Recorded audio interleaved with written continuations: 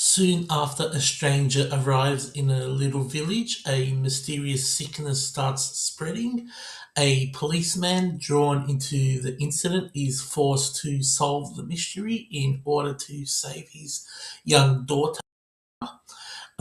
So that simple premise barely scratches the surface of what Na Hong-jin delivers in The Wailing, a film that completely consumed me when I saw it in the cinema way back in 2016. I walked out feeling like I'd been sitting in the cinema for over a year. The runtime is long, 2.5 hours, but it never feels bloated.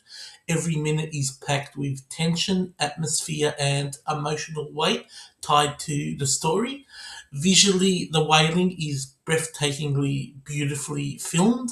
The misty mountain ranges and desolate countryside of rural Korea are captured with such haunting elegance that the landscape itself feels almost like a character in the movie itself. The cinematography turns ordinary daylight into something ominous, and the golden hour shots are pure dread. You could pause almost any frame and hang it on a pretty sets this apart from conventional possession movies is the scale. While the story mostly orbits one family's nightmare, the evil presence infects the entire village. Neighbors turn on each other. Paranoia spreads like a sickness in itself, and you never quite sure who or what is truly safe. It's not about one person growling and levitating.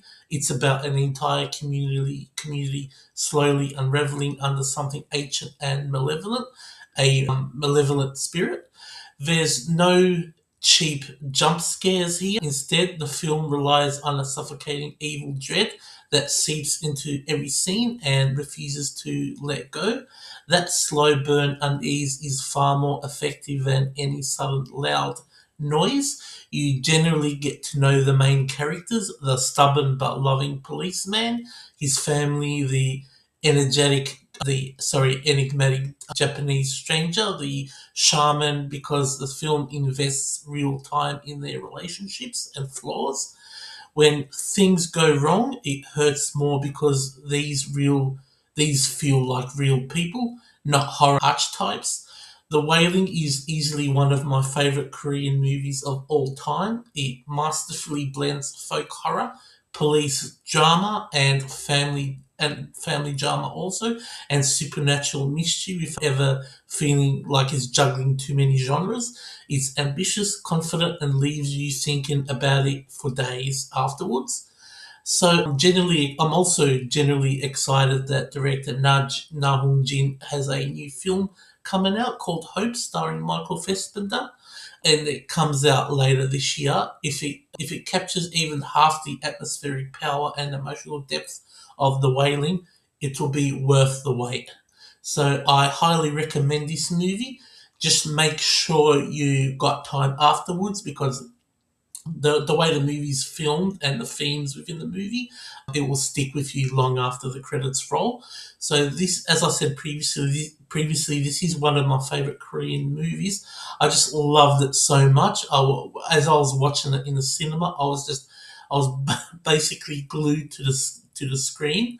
And I'm not usually a fan of really long horror movies or movies in general that go over 2 hours, but I didn't want this movie to end. It was so good, and the evil, I wouldn't call it. It's an evil entity. Is While the entity doesn't have a lot of screen time in this movie, the scenes that the entity does show up are generally terrifying. My review for this film is a solid 4.5 out of 5. If you haven't seen this movie before, go see it. It might also be one of your favorite movies as well.